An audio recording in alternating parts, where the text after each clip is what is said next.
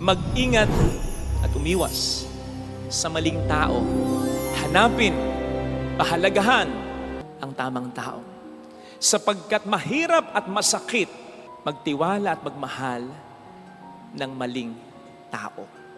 Well, I should say this. Kasi marami nagko-confide sa akin ng ganito. At nasa-sense ko, kapag alam niyang may mangyayari sa inyo, na alam mo na, makikita mo yung height ng curiosity at interest niya. Sa gusto, maraming paraan. Sa ayaw, maraming dahilan. Paraphrasing this, sa serious at desidido, maraming paraan. Pero sa curious at interesado lang, maraming dahilan. Yes, dapat mong igalang. Pero hindi lahat ng tao dapat mong samahan. Mag-ingat at umiwas sa maling tao. Hanapin, pahalagahan ang tamang tao. Sapagkat mahirap at masakit magtiwala at magmahal ng maling tao. Mahirap yung mapunta sa ibang number yung load na para sa'yo. Pero wala nang masihirap pa kapag nagmahal ka at nagtiwala ka sa maling tao. Hindi lang load ang mawawala sa'yo. Baka pati buhay mo. Sino ba yung maling tao? Yung maling tao ay yung curious lang sa'yo. Yung tamang tao ay serious sa'yo. Yung maling tao ay interesado lang sa'yo. Yung tamang tao ay desidido sa'yo.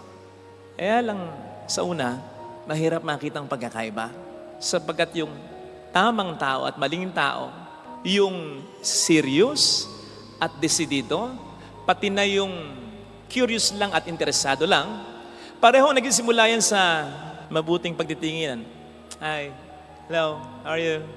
Sa malimit na pag-uusap, pagte-text, pakikipagkita. Hanggang sa ma-fall ka na, ma-develop ka, magtiwala ka. Na okay lang kung ganun din siya. Paano kung interesado lang siya at curious lang siya kasi maganda ka, gwapo ka, may nakukuha siya sa'yo, nagiging parang rebound ka lang niya sapagkat nabobor siya. May interest lang siya sa'yo, may hidden motivo lang siya sa'yo. Paano yun? Kaya, ang anumang relasyon, alam po ninyo, it should take some time. Sapagkat panahon na magsasabi, segun sa ating pakiramdam, kung ang tao ay tamang tao at kung ang tao ay maling tao. It should take some time. Halimbawa, sa paglipas ng panahon, ay yung pakikipag-text, pakikipag-usap at pakikipagkita, hindi nagbabago. Ganun pa rin, consistent. At hindi lang ganun pa rin, nagbago, pero for the better. Kasi mas dumalas, mas naging meaningful, mas naging malalim. Malamang, tamang tao. Pero pag sa paglipas ng panahon, nagpapalipas na rin siya ng panahon bago ka i-text, bago ka kausapin, bago siya makapagkita. Ay, nako. yung sa pagte-text, even just to check on you, lalong-lalo na sa pagre-reply. Gayong alam naman niya na ikaw ay magagalit, mag-iisip, mag-aalala, magtatampo, pero wala lang sa kanya. Ay, nakaw.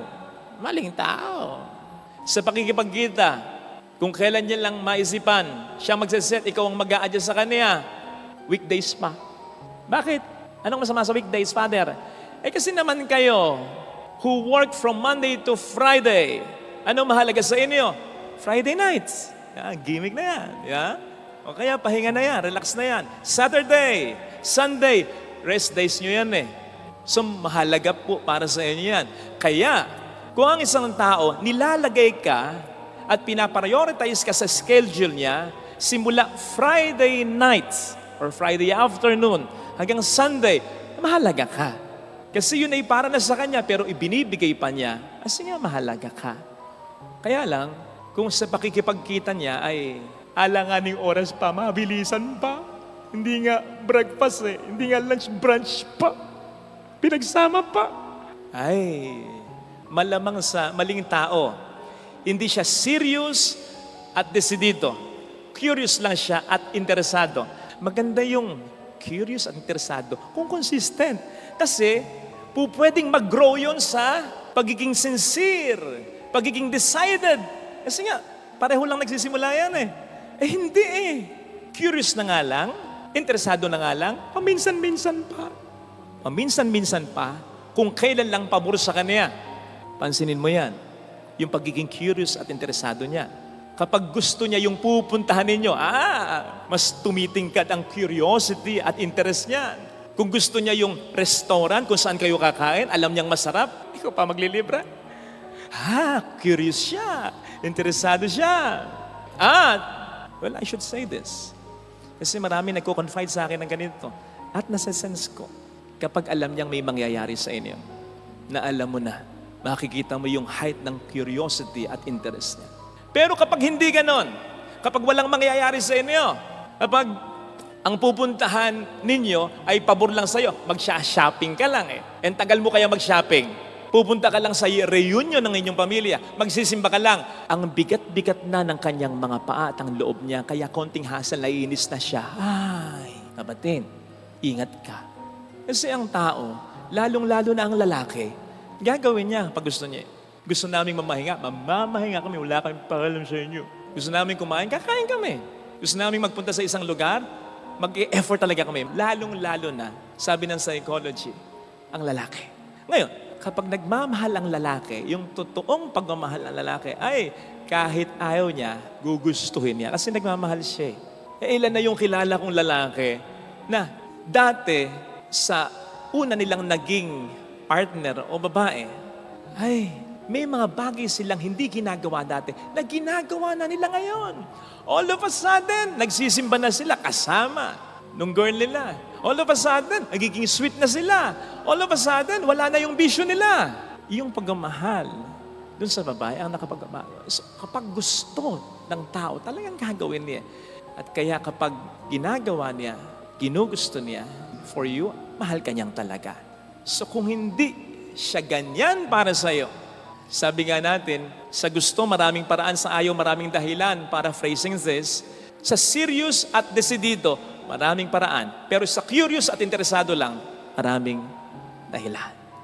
Brothers and sisters, I bet the last thing we want to happen in our lives is to become deeply attached with someone na wala tayong makitang linaw kung siya ba talaga ang tamang tao sa ating buhay.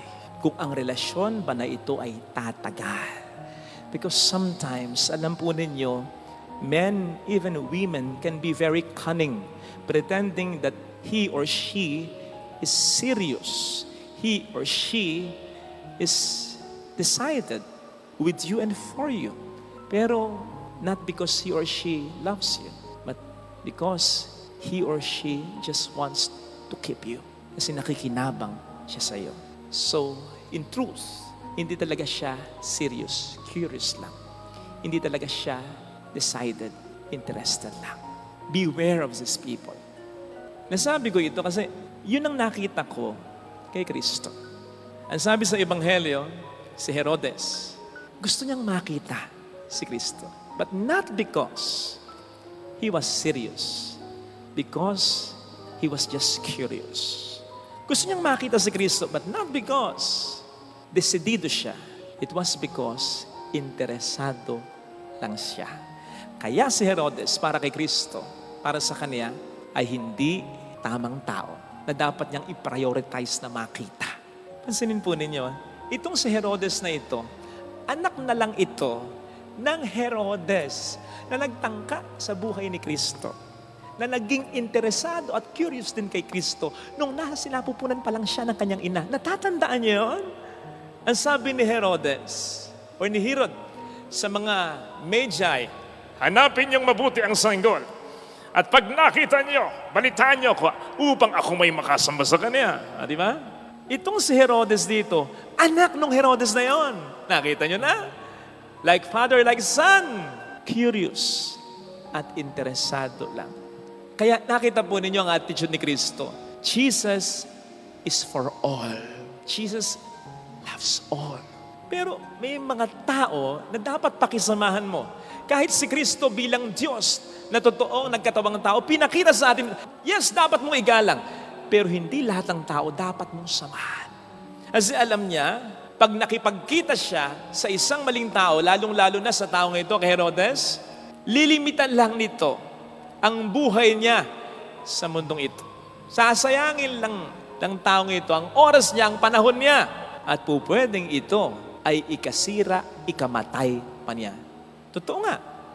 O hindi nga ba, nang makita na ni Herodes si Kristo, yun na rin ang isa sa mga naging simula ng pagkapakasakit at kamatayan niya sa Kalbar. Oh! So again, beware of these people. Again, lahat ng tao dapat igalang, pero hindi lahat dapat mong pakisamahan o samahan ng lubusan. Sapagkat may mga tamang tao para sa iyo na pinapadala ang Diyos. Pero gumagamit din ang demonyo ng tao, ng mga maling tao, upang imali ang buhay mo. Beware of these people. Hindi ka lang niya sasaktan. Sasayangin pa niya ang malaking bahagi ng buhay mo. Ito yung bahagi ng buhay mo na akala mo siya na, pero hindi pala.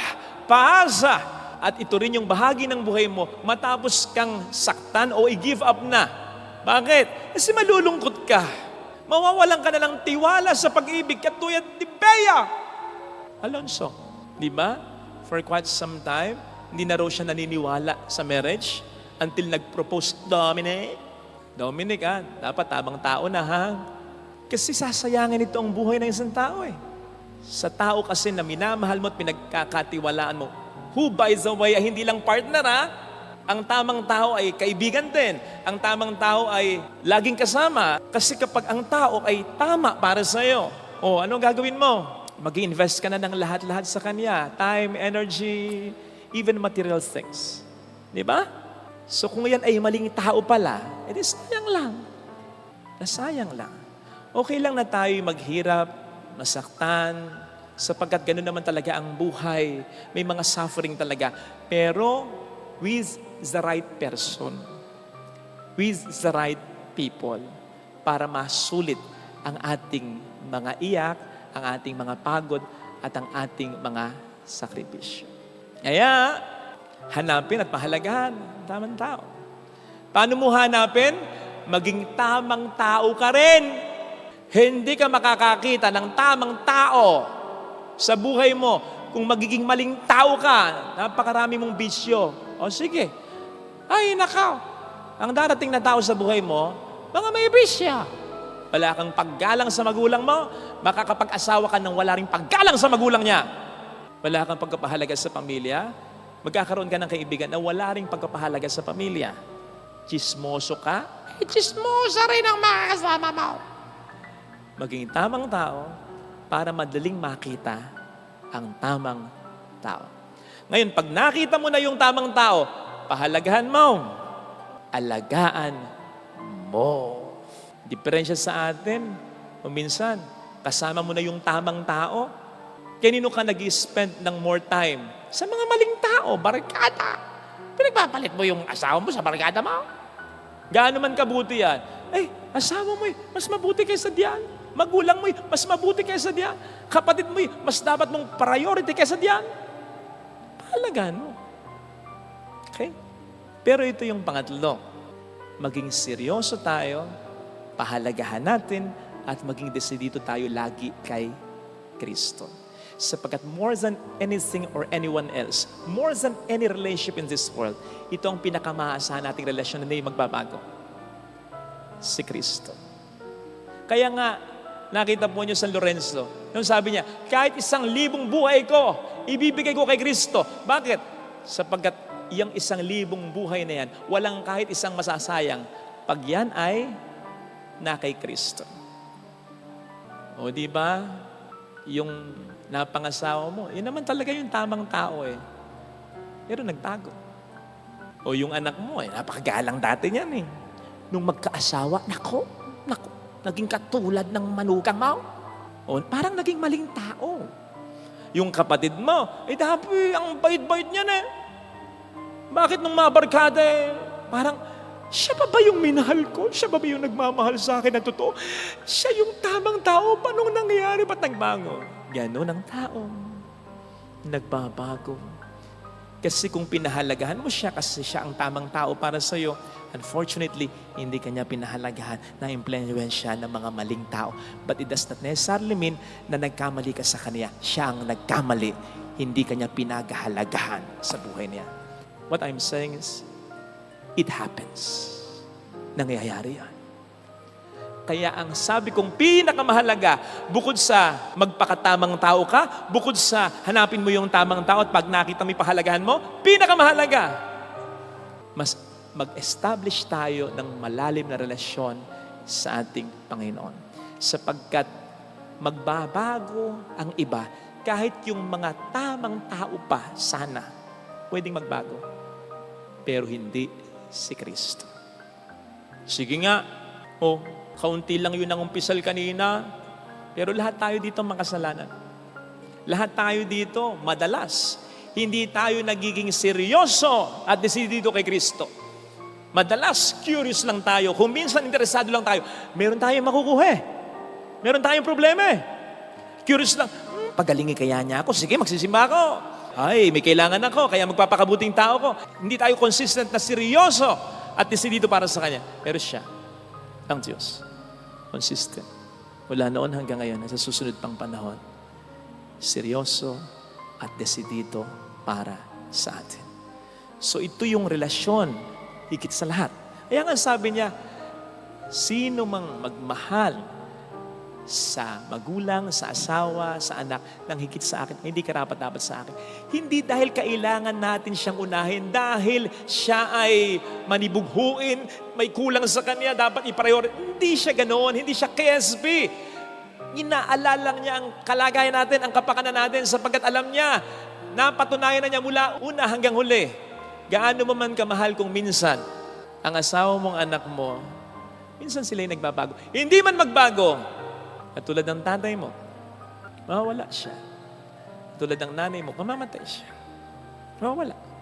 So kahit naka-jackpot ka pa ng tamang tao at pinahalagahan ka bilang tamang tao sa buhay niya, hindi forever yung relasyon yung dalawa.